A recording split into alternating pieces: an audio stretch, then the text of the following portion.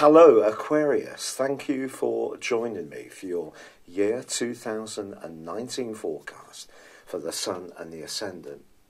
The story for this year, I feel, began on the 7th of November 2018, because on that day the point of destiny, the North Node, inverted back into your sector of work, health, fitness, diet and life organisation. Now, the North Node is very much about where we're travelling in terms of our consciousness. Where yours is in your personal horoscope is obviously the most crucial thing. But overall, for Aquarius people, I feel through till May the 20th, 2020, it is going to be an important theme. And the eclipses which occur this year are going to be supportive of that trend towards getting the practical levels of life running that much more sweetly. Now, that may not sound particularly sexy. However, there are some sizzling aspects shaping up at the very start of this year in terms of your solar return, which are going to provide some very charismatic vibes throughout 2019. The first involves Mars. Mars, of course, spent an extended period with Aquarius last year, but now it's moved on at the start of this year into the sign of Aries. This is its home zone. It does also govern Scorpio, but Mars in Aries is very much about initiation. And for you, it's about ideas. It's about your physical need for activity. And it's also about your enthusiasm for the things that really engage you. And the energy of Mars on this solar return seems to me to suggest that there's going to be a very lively pulse right through the back of this year in terms of interacting with others, particularly people immediately around you. And it could see you being more closely involved in anything to do with digital work or digital items, or just as equally, just being much more involved in your community. Now, the other standout influence is Jupiter. Jupiter, of course, moved in November last year into the most idealistic part of the Zodiac for Aquarius people, or if your ascendant is in Aquarius, and it's going to be here through to the 2nd of December. This is about friendship, it's about kinship, it's about connections, networking. It is about sociability too. Jupiter is, of course, about expansion, growth, optimism, and ultimately about good luck. So good fortune can come to you from your connectivity with other people, and Mars is going to be supporting that too. But furthermore, Mercury is in Sagittarius as this year begins and forges an ace angle to your modern ruler of Uranus. Now, you have a reputation of being a bit of a trendsetter or being very forward-sighted, sometimes a bit quirky and different to other people, but there's also that more traditional side of your nature that comes from the co-rulership of Saturn. But I think this particular angle between Mercury and Uranus is going to enable you to embrace that very forward-thinking side of your nature. And if you're someone who's quite innovative, likes to work for yourself, likes to communicate, you can absolutely sparkle and dazzle people with the strength of your ideas throughout 2019. But there is also the role of Venus. Now, Venus has a reputation of being the minor benefic, Jupiter being the greater benefic. And Venus at the start of this year is right at the top of your scope. So that can be very useful in cultivating good contacts and also success when it comes to your worldly interaction. But you know, at the heart of your situation this year, Aquarius, despite those solar returns, there are going to be some eclipses gathered in the sign of Capricorn, which is the sign that precedes yours. Now, the first of these occurs on the 6th of January, so very early on. But this is going to be combining with your co-ruler of Saturn. Because of the three eclipses, the next one is a lunar eclipse on the 16th of July, and the last one is an annular eclipse on the 26th of December 2019. But also, with this Saturn influenced eclipse on the 6th of January, you can see that what's going on in your 12th solar house, which is Capricorn, is going to be very important. Also, Saturn and Pluto spend the whole of the year in this sector, and they are going to do so for some of next year in terms of Saturn. But Pluto has been here since 2008, and slowly but surely has been evolving within you a much deeper understanding of what makes you tick. But this Saturn-influenced solar eclipse is really asking you, along with that North Node, that point of destiny, to take your spiritual, emotional and psychological health just as seriously as the more physical manifestation.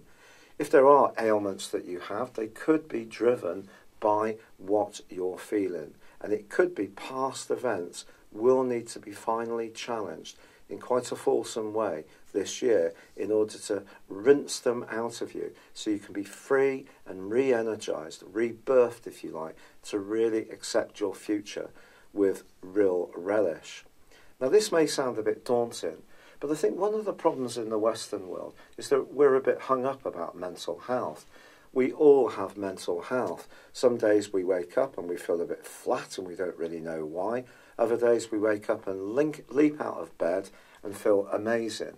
Why is that? Sometimes the things that are least obvious can have a great deal of impact. And being an air sign, and obviously you know that I'm a multiple Aquarius, being an air sign means that we can live in our minds.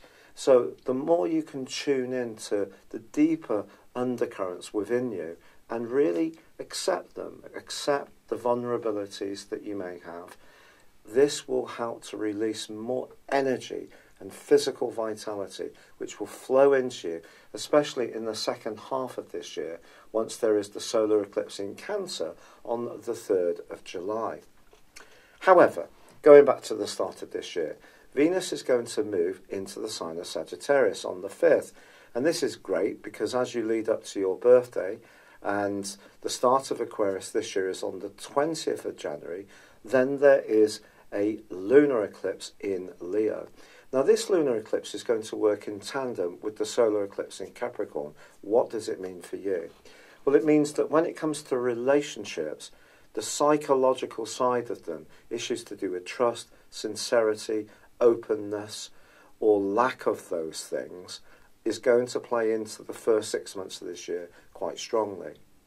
Then we have on the 6th of March, Uranus, your modern ruler, the planet of rebellion, relocating into the sign of Taurus, where it will be for 7 years. Now, of course, I had that brief sojourn last year, and I think that probably caused some mischief between mid-May and the start of November around your family, home, or emotional situation. Because Mars went through a long transit in Aquarius last year and clashed with Uranus for much of that time. Mars is not going to be irritating Uranus in the same way this year, but Uranus does move in to the sector of home, emotion and family. It's possible that for some water bearers, relocation may be on the cards this year. And part of it may be a plan that was fermenting in the background for some of last year, because a sense of restlessness can come in to where you're living if you're not very settled there. Then again, you may be absolutely, totally content in your environment, but that doesn't mean to say that you can't find new ways to make it work better for you. So some creative use of space, perhaps an extension being built, working from home in a flexible way.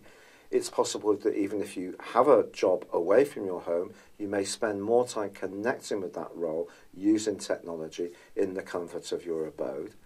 Then it could be that there's just going to be a sense of restlessness around the family or the home. People coming and going. Could be youngsters leaving, older youngsters coming back, that type of thing. So there's going to be a sense of change that's really going on around your emotional life. And some of it's going to be driven by these deeper psychological energies coming from Saturn and Pluto. Now, Saturn, of course, is about structure. It's about self-discipline. It's about hard work, perspiration, but it's also about obstacles, resistance, limitation. It's not necessarily very easy in the 12th solar house. But because your co-ruler is Saturn, and traditionally Saturn was the ruler of Aquarius before Uranus was discovered, I think you can deal with this. There is a side of you that can be quite solitary at times, that needs a bit of space. And that's when you often do your best thinking. So there can be times this year when you really start to observe some profound shifts in your outlook and very being. Now this is going to accelerate hugely from the 6th of April through to the end of June. And that's because Saturn's going to go alongside Pluto. Now Pluto's about transformation, but it's also about power. It's also about hidden enemies. And in the 12th house, it doesn't get much more sort of testing as far as hidden enemies are concerned, because that's what the 12th house represents as well. It's also about money. It can be about power, but it's also about the things that you've been doing in the background. And if you've been working very, very hard on yourself, on your very being, your personal development, trying to shift out stuff that hasn't been working, this is stuff that I've been doing just as much, then the period from the 6th of April to the end of June is probably going to be one of the most enriching times of your life and mine, but it won't necessarily be painless. This is because Pluto is about letting go of things that aren't working. Sometimes Pluto will inflict change on us before we're ready to receive it. It's much better if we're kind of ahead and anticipating the need for that change. Because Saturn's about structures, I think it's your psychological structure is going to be reborn, and that's where the rebirth can come through. So that's a major theme of this year. But with Jupiter in friendly support, the people who really get you, who really are attuned to you, your true comrades in life, where there's real kinship, support and understanding, they're going to be a rich source of sucra throughout the year. Also, because of that angle between Mercury and Uranus, your thinking can be absolutely sparkling when it comes to perhaps using things like astrology, numerology, anything which gives you an inside track on the motivations of person, kind and yourself. And Mars is going to give you that fabulous enthusiasm and desire to really go for it. And I think you're going to be very passionate this year, and you may actually open up about elements of your past or yourself in a way that you've never done before, which in itself can be pretty scary, but also very liberating too. But do expect, if there has been any past baggage which hasn't been easy for you, it could come out into the open and may need to be challenged head on. But Jupiter, of course, does go through a retrograde each time it goes through a sign, and that does begin on the 10th of April and goes on until the 11th of August. It's possible during that period of time that you may rethink some long-term goals, some associations, some of your highest held beliefs and spiritual motivations may shift, because Jupiter is about growth. But the retrograde doesn't mean to say there will be no growth. It's just a different kind of growth. And it's possible that things will slow down a little bit, but that's just focusing your mind on what's truly important. This takes us to the solar eclipse of the 3rd of July, which I mentioned before, which is going to strengthen your vitality, your robustness, your energy, your drive and determination in the last half of this year in a truly significant way. Also, on the 16th of July, there's a lunar eclipse in Capricorn. Now, this will bring to the surface any issues that perhaps you are a bit reluctant to look at, or perhaps someone else may confront you with a side of your being, your way of doing things, your attitudes, which is a bit challenging in the second half of this year. But try to take it in your stride. Don't necessarily see it as an attack on your being, even if you feel incredibly tender receiving the information.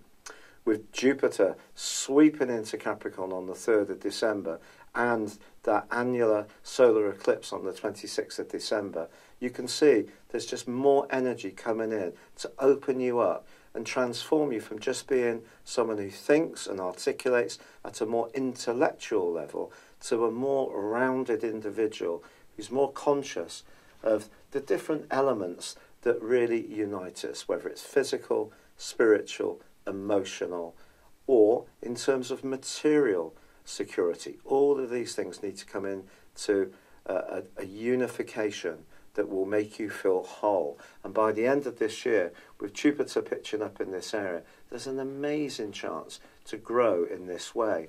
Now, someone could turn out to be quite a guru for you this year, or perhaps for me, but equally, we can share our ideas, our insights with others, which can also be very powerfully felt. So don't underestimate the role of advice of people who are sincere, people who have experience, people who are humble, have reached that point where their ego is not dominating them. They're able to be much more true to themselves. That is the direction of travel, Aquarius. It's really exciting. There is going to be fun, lightness, brightness, and success this year for you. But I think it is all about this inner journey at a deeper level in your situation.